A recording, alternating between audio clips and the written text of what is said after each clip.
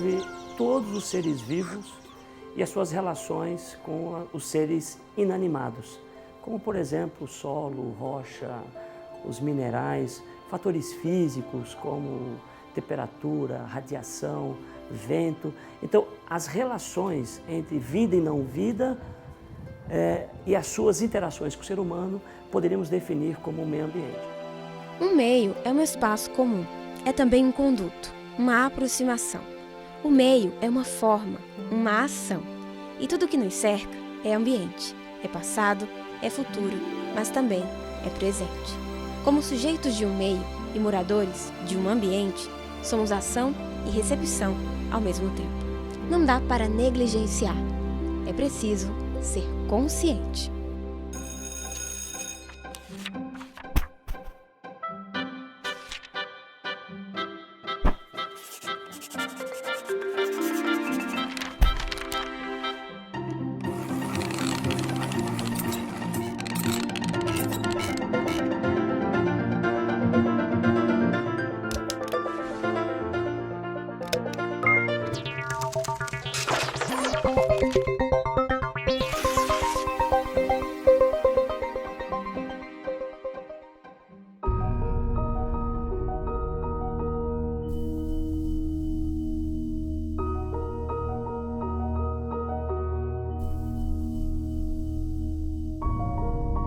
Ecologia é a ciência que estuda as relações entre os seres vivos e os fatores abióticos. Além disso, a ecologia estuda a abundância e distribuição desses seres vivos no ambiente que ele habita. Se a gente for pela definição de ecologia, que vem do grego, de estudo da casa, só que a ecologia ela perpassa outros aspectos, como, por exemplo, os fatores que interferem no comportamento desses seres vivos. Então, resumidamente, ecologia é o estudo da casa onde os seres habitam e as relações das estruturas presentes nessa casa com o ser vivo. Quando meu filho, hoje ele tem 8 anos, ele tinha 4 anos de idade, faz 4 anos, a professora do maternal conversou com ele já sobre essa preocupação da água, e naquela época ele já tinha essa preocupação da água e ela falou sobre as torneiras que pingavam, desperdiçar a água, quando se escovava os dentes. E um dia nós estávamos ali no banheiro e enquanto ele terminou de escovar o dente, eu fui arrumar a roupa dele e ele estava assim, eu posso fechar a torneira primeiro para depois você arrumar?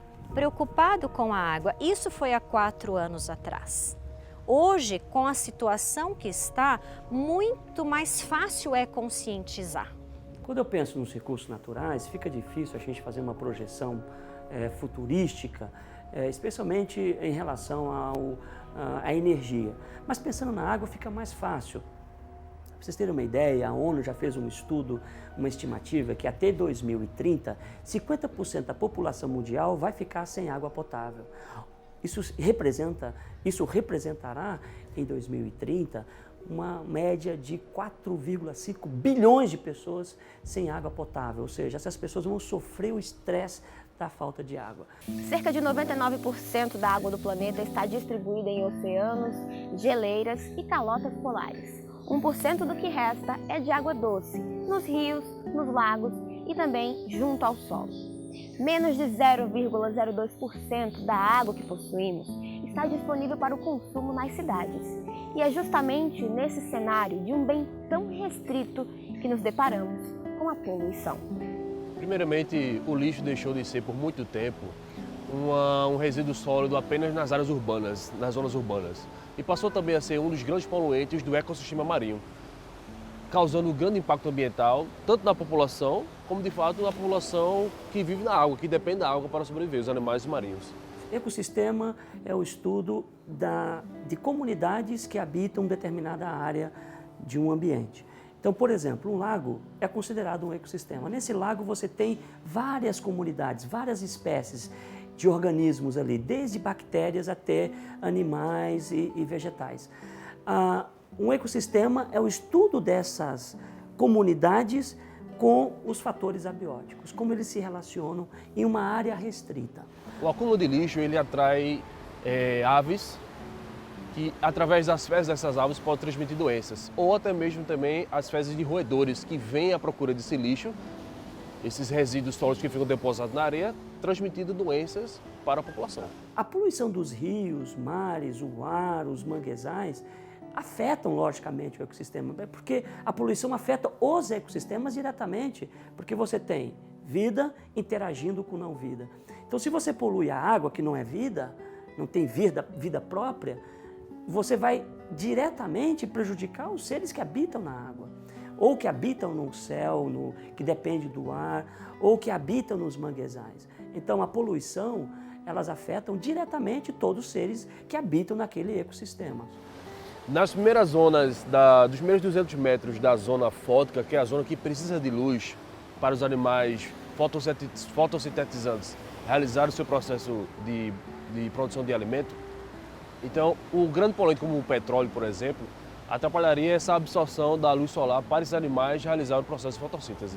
Eu presencio as pessoas descartando muito lixo nas ruas, enfim, em qualquer lugar, sem nenhum respeito com o meio ambiente, demonstrando a falta de conscientização, até mesmo a educação ambiental. O efeito do lixo diretamente na reprodução desses animais influencia de forma diretamente onde esses animais podem incorporar na sua pele ou até mesmo engolir esse alimento ou esse lixo, que pode atrapalhar todo o seu efeito de reprodução desses animais, tanto fora da água, aqui na terra, como algumas tartarugas marinhas, por exemplo, ou também diretamente na água do mar.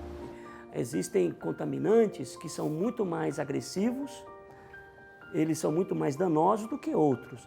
Entretanto, independente do nível de contaminação, os seres que habitam naquela área contaminada vão sofrer, né?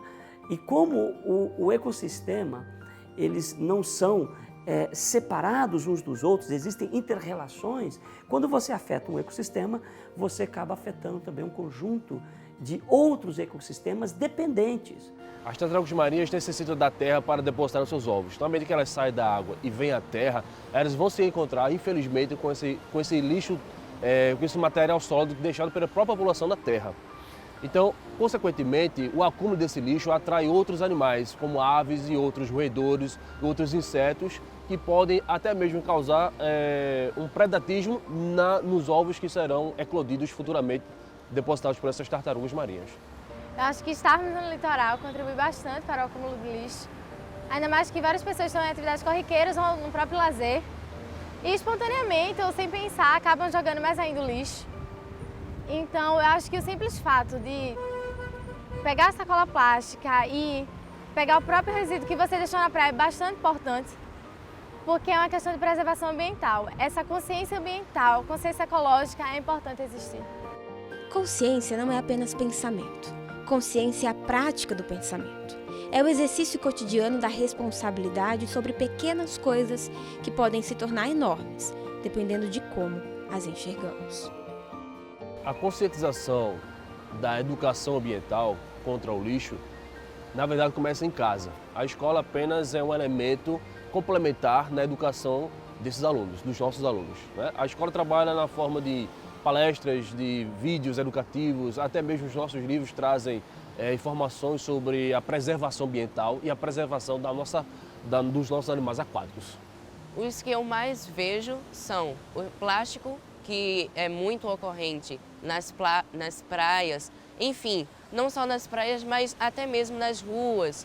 E daí podemos destacar a importância da limpeza oferecida pelo governo. Enfim, tenho também em mente os metais que são jogados, que prejudicam bastante, produzem ácidos, provocando destruição dos habitats naturais das diversas animalhas presentes no mar, bem como um material que não é tanto nas áreas costeiras, mas bem mais no fundo dos oceanos, onde é descartado, às vezes, petróleo.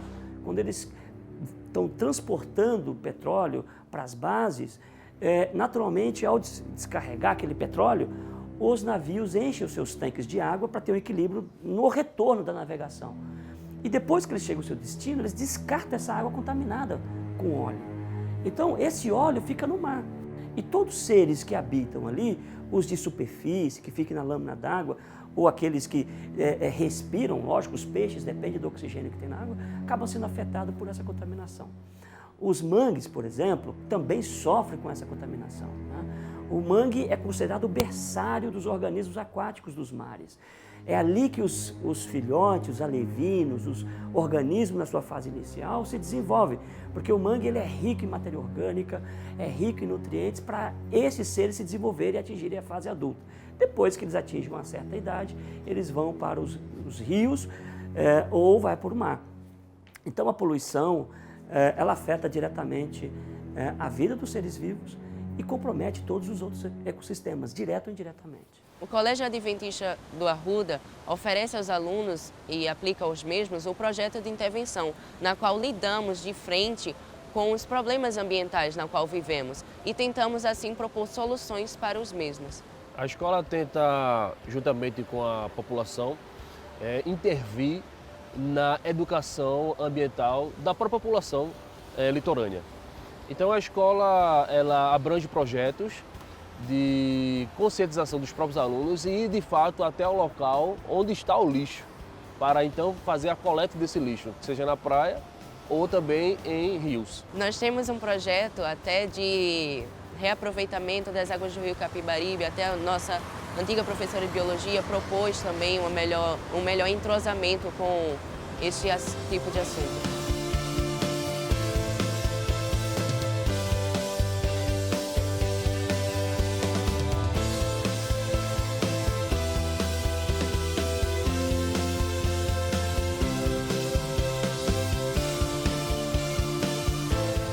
Eu acho que é uma questão de falta de instrução nas pessoas. Deve existir essa consciência ecológica. É uma coisa que é uma problemática que existe, de fato, que já melhorou bastante com o tempo, mas isso deve acontecer nas escolas, com a conscientização dos alunos e até mesmo a presença de sacolas plásticas na praia. Não só quando ocorre o programa Praia Limpa, mas também em todo o decorrer do ano, em todos os dias em que a pessoa vira à praia, não somente aos fins de semana ou feriados. Eu acho que, sobretudo, há a falta de educação ambiental das pessoas, que deveria ser abrangente em relação à conscientização efetuada pelo governo, por meio de propagandas, entre outras coisas. É importante esse tipo de conscientização para a limpeza, porque a questão também da preservação das espécies promove a sustentabilidade e também infere na nossa questão da qualidade de vida. Porque você vem à praia, você vem no objetivo de lazer ou no objetivo de praticar esporte, e você tem um ambiente sujo, não traz aquela coisa de limpeza, o bem-estar, e realmente é necessário, em todos os ambientes da nossa vida, ter essa coisa de limpeza e preservação. A escola pode induzir, levar os seus alunos a, sobretudo, refletirem um pouco do seu estado, do que eles estão fazendo verdadeiramente para beneficiar o meio ambiente, mudando assim um pouco dos conceitos que muitos tinham erroneamente. O Colégio Adventista do Arruda, ele nos traz essa questão da consciência biológica. É necessário nós pensarmos também no nosso futuro, nas nossas próximas gerações. Nós devemos passar esse pensamento de preservação não somente agora. É necessário que ele seja trabalhado de acordo com o tempo, mas principalmente pensando nas nossas próximas gerações. Nosso papel é fundamental, desde o uso quanto até mesmo o controle do uso desses recursos. Não só os recursos necessários para a nossa subsistência, mas também pensando nos seres vivos e racionais. Eles dependem de nós e nós dependemos dele.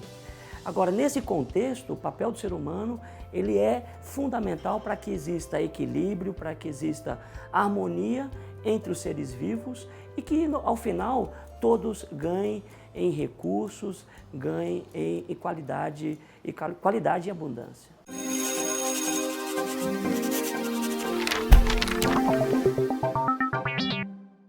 O que é preciso para educar? Uma escola completa, livros, alunos e bons professores. Uma escola se faz com tudo isso. Mas quando pensamos em construir escolas, fomos além.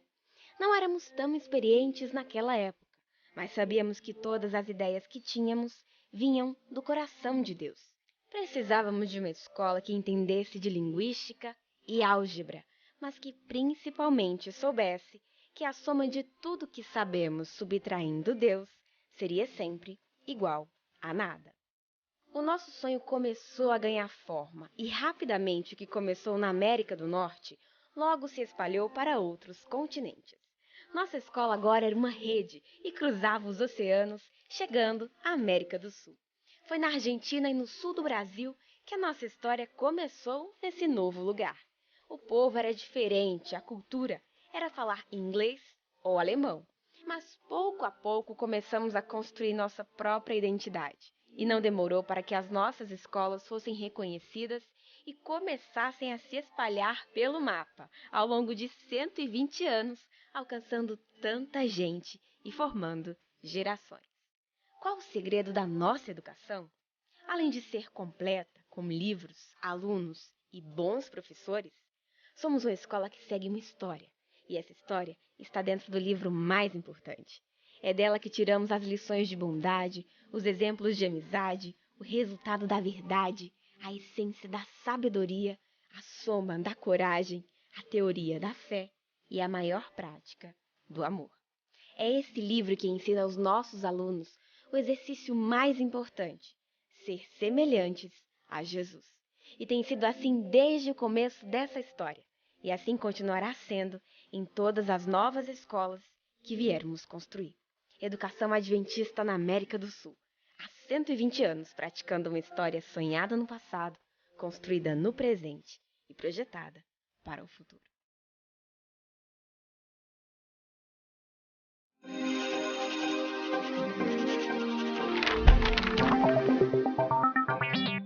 Quando eu penso na água, que é um recurso findável, que é um recurso que é um bem importante, eu acho que a água vai continuar. O problema é que não vai ter água potável. A água vai ter, só que não útil para o consumo. E como essa água também é utilizada na produção de energia, eu acredito que nós vamos ter que escolher entre produção de energia ou consumo. 70% da energia fornecida para o Brasil precisa necessariamente da água, pois é produzida nas usinas hidroelétricas. Os 30% restantes são de energia eólica, gás, petróleo, biomassa, carvão mineral e energia nuclear.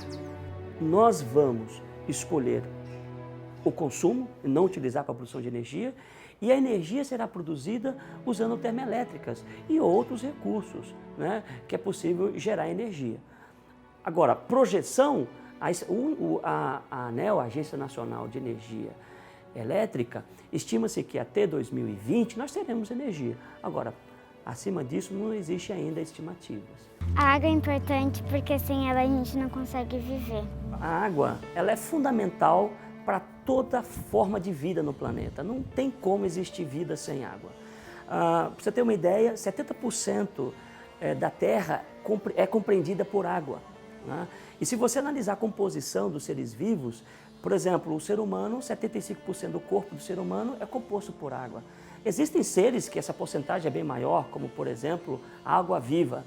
96% do corpo desse ser vivo é composto por água. Então a água, ela é fundamental para qualquer existência de vida que existe na Terra, desde micro-organismos até seres mais complexos como o ser humano. Devido à dificuldade que nós estamos tendo com relação à falta de água, com relação à falta de chuva aqui no estado de São Paulo, as notícias na TV que estão trazendo algumas situações difíceis já em algumas cidades perto aqui da nossa cidade.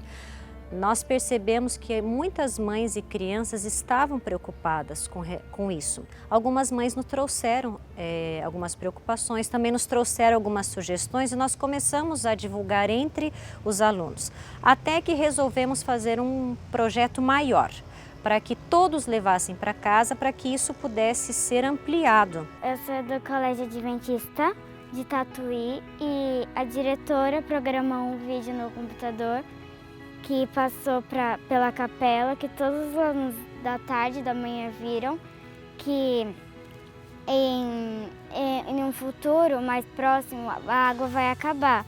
E sem ela, como sem ela a gente não consegue viver, a gente não vai conseguir viver por muito mais tempo. Algumas crianças falam o que a gente conversa na escola, mas outras não. Foi quando deu a ideia de fazermos um folheto com escritas e figuras para aqueles que não souberem ler. e eles levaram para casa. Explicamos cada item, aqui está o folheto, são 10 dicas para economizar a água.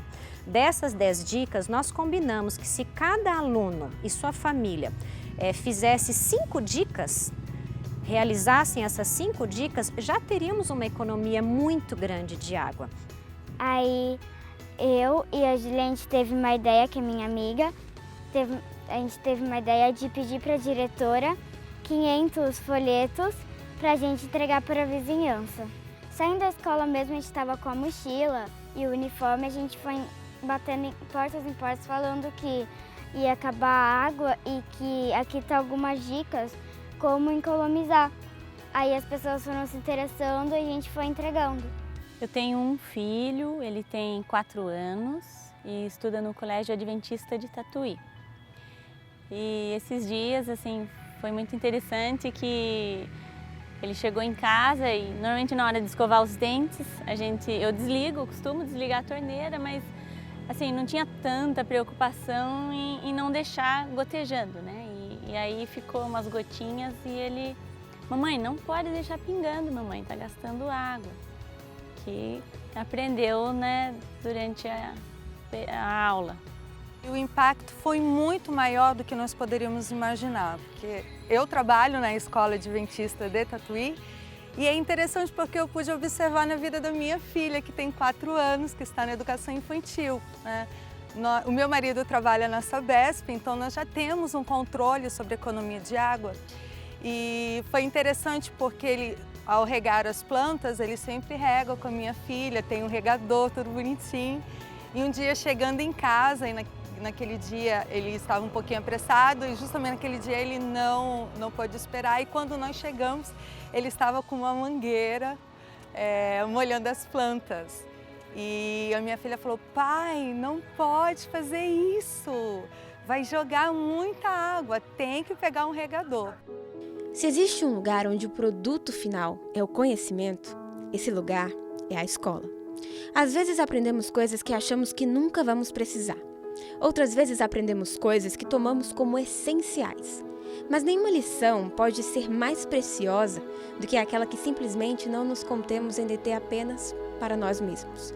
Pois a maior lição da escola é nos ensinar a ensinar.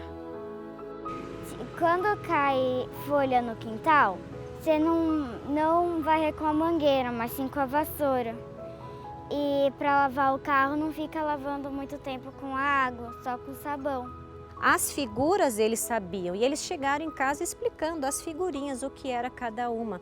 E isso foi muito importante. Aqui na escola, se as zeladoras, em algum momento elas gastavam mais água para lavar um ralo ou alguma parte do pátio, eles cobravam, mesmo os menorzinhos do maternal. Tia, você não sabe que não pode gastar água?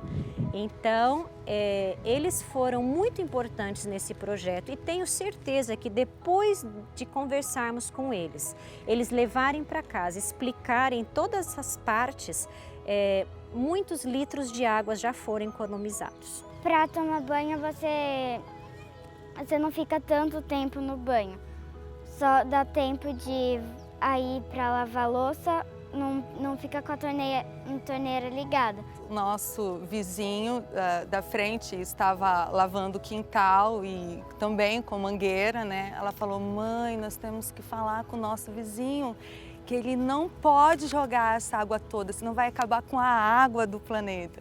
Então, assim, muito legal perceber esse impacto desses projetos e que perduram na vida de cada um desses alunos. Porque já vem sendo feito um trabalho na escola há mais tempo.